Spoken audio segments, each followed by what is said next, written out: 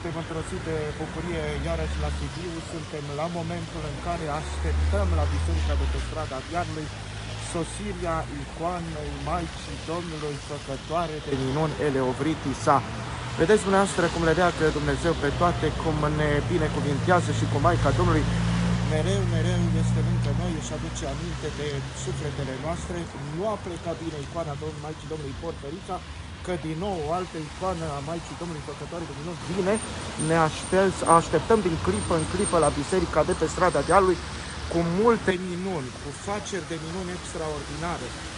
Suntem deocamdată câțiva credincioși care o așteptăm, ne-am adunat încet, ne adunăm pentru că la ora 17 va fi taina Sfântului Maslu, sosesc și moaștele Sfântului Efrem cel Nou, moaștele Sfântului Ierarh Nicolae și moaștele Sfintei Matrona. Așa ceva e mai rar în România, nu prea sunt moaștele Sfintei Matrona, pentru că avem bucuria de a avea această icoană care dă vindecare de cancer pentru femeile care nu au prunci, oferă rod pântecului. S-au făcut minuni extraordinare, vom avea timp, pentru că 9 zile este la Sibiu. Așteptăm din clipă în clipă, mă uit și eu dacă mașina va sosi, pentru că, iată, din multele sfânt, din Vatopedul, din mănăstirea în care sunt atâtea și atâtea icoane făcătoare de minuni, ceva rar, dragii noștri, și vă așteptăm 9 zile la Sibiu, pentru ca să veniți să luați minuni, să luați binecuvântare, împreună cu televiziunile, suntem aici, cu cei care așteptăm de fiecare dată cu multă dragoste, cu multă bucurie.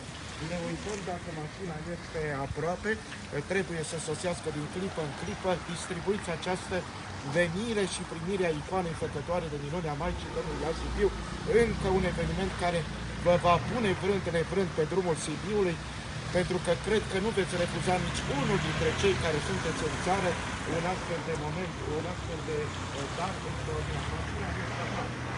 Putem să tragem și capătele pentru ca să fiți binecuvântare Maicii Domnului, dragostea deosebită.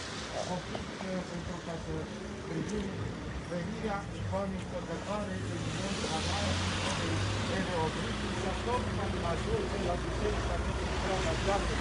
Să începem să cântăm himnul apărătoare Doamne.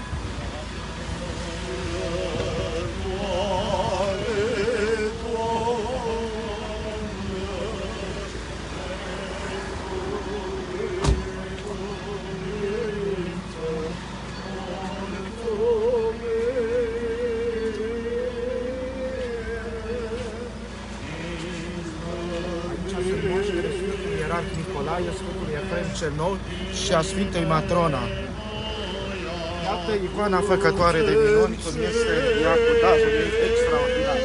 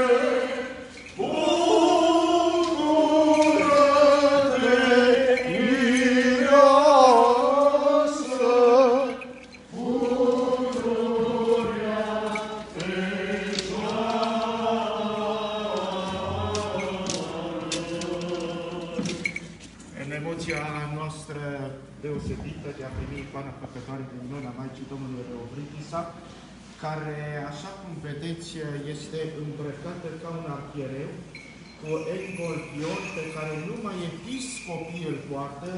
Este un amănunt deosebit. Maica Domnului are acest medalion care se cuvine să-l poarte doar episcopii, mitropoliții și patriarhul. pentru că Maica Domnului este socotită arhiereu. Sunt 3 astfel de distincții. Ea este singura femeie, spunem noi, fecioară, care este cunoscută și socotită la rangul de arhiereu. Așa a fost îmbrăcată în Muntele Sfânt icoana aceasta făcătoare de minuni, despre care vom vorbi zilele acestea, pentru că 9 zile rămâne la Sibiu. Sunteți pe transmisiune directă cu acest moment special și vreau să vă spunem în încheierea momentului de primire a icoanei făcătoare de minuni, că timp de 9 zile va fi la Sibiu. Am adus și Sfintele Moaște, o să le vedeți și dumneavoastră. Deocamdată le veți privi, iar apoi vă veți și închina. Gândiți-vă că ceea ce este aici este mai mult decât un simplu dar, este chiar părticele din ceea ce a aparținut efectiv, a fost trupul real al Sfinților.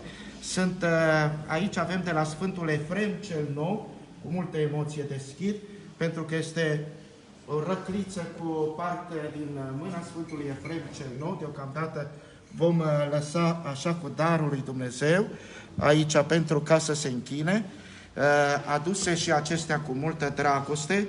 Aici este din mâna Sfântului Ierarh Nicolae. Cine este Sfântul Nicolae? Moș Nicolae, care va veni peste câteva zile. Este o particică din mâna dreaptă a Sfântului Ierarh Nicolae. În original, cu documentele originale de existență care s-au păstrat, dragii noștri, iar aici, tot din mâna Sfintei Matrona, este o sfântă foarte cunoscută în ultima vreme, dar foarte rar în România, nu există, nu s-a adus așa ceva, cel puțin eu nu am cunoștință despre existența unor părticele de moaște, care a fost pusă într-o icoană. Am vrut ca icoana făcătoare de minune a Maicii Domnului să nu vină singură și de fiecare dată să avem și participarea Sfinților la acest moment deosebit. Încheiem transmisia directă spunând programul nostru. Astăzi, la ora 17, efectiv, deputează slujbele în biserică la icoana făcătoare de minuni masluri. Vom face 9 zile de masluri, 9 zile de închinare. Vor fi sfinte masluri pentru boli, pentru sănătate, pentru însănătoșire, pentru cei bolnavi, pentru ca Dumnezeu să le dăruiască sănătate, să le dăruiască putere. De asemenea, dragi prieteni, o să aveți posibilitatea, în fiecare zi va fi Sfânta Liturghie, iar mâine, în mod excepțional, la ora 10, pomenirea morților, pentru că a început postul nașterii Mântuitorului Iisus Hristos și trebuie să ne rugăm, să ne aducem aminte și de ei, să intrăm în legătură cu ei într-un mod cu totul și cu totul special. Deocamdată nu rămâne decât invitația făcută, Sibiul vă așteaptă, este deschisă biserica de pe strada Dealului 25 în fiecare zi, începând cu orele 8 până la ora 20 seara. Deschidem acest drum spre Sfinți, spre Maica Domnului și spre minuni. Eu am adus aceasta pentru că Dumnezeu a vrut. Dumneavoastră de acum aveți și cuvântul, aveți evlavia și aveți posibilitatea de a veni și a continua să luați bucuriile pe care le oferim aici la biserica de pe strada Dealului. Dumnezeu să vă binecuvânteze. O să vă închinați.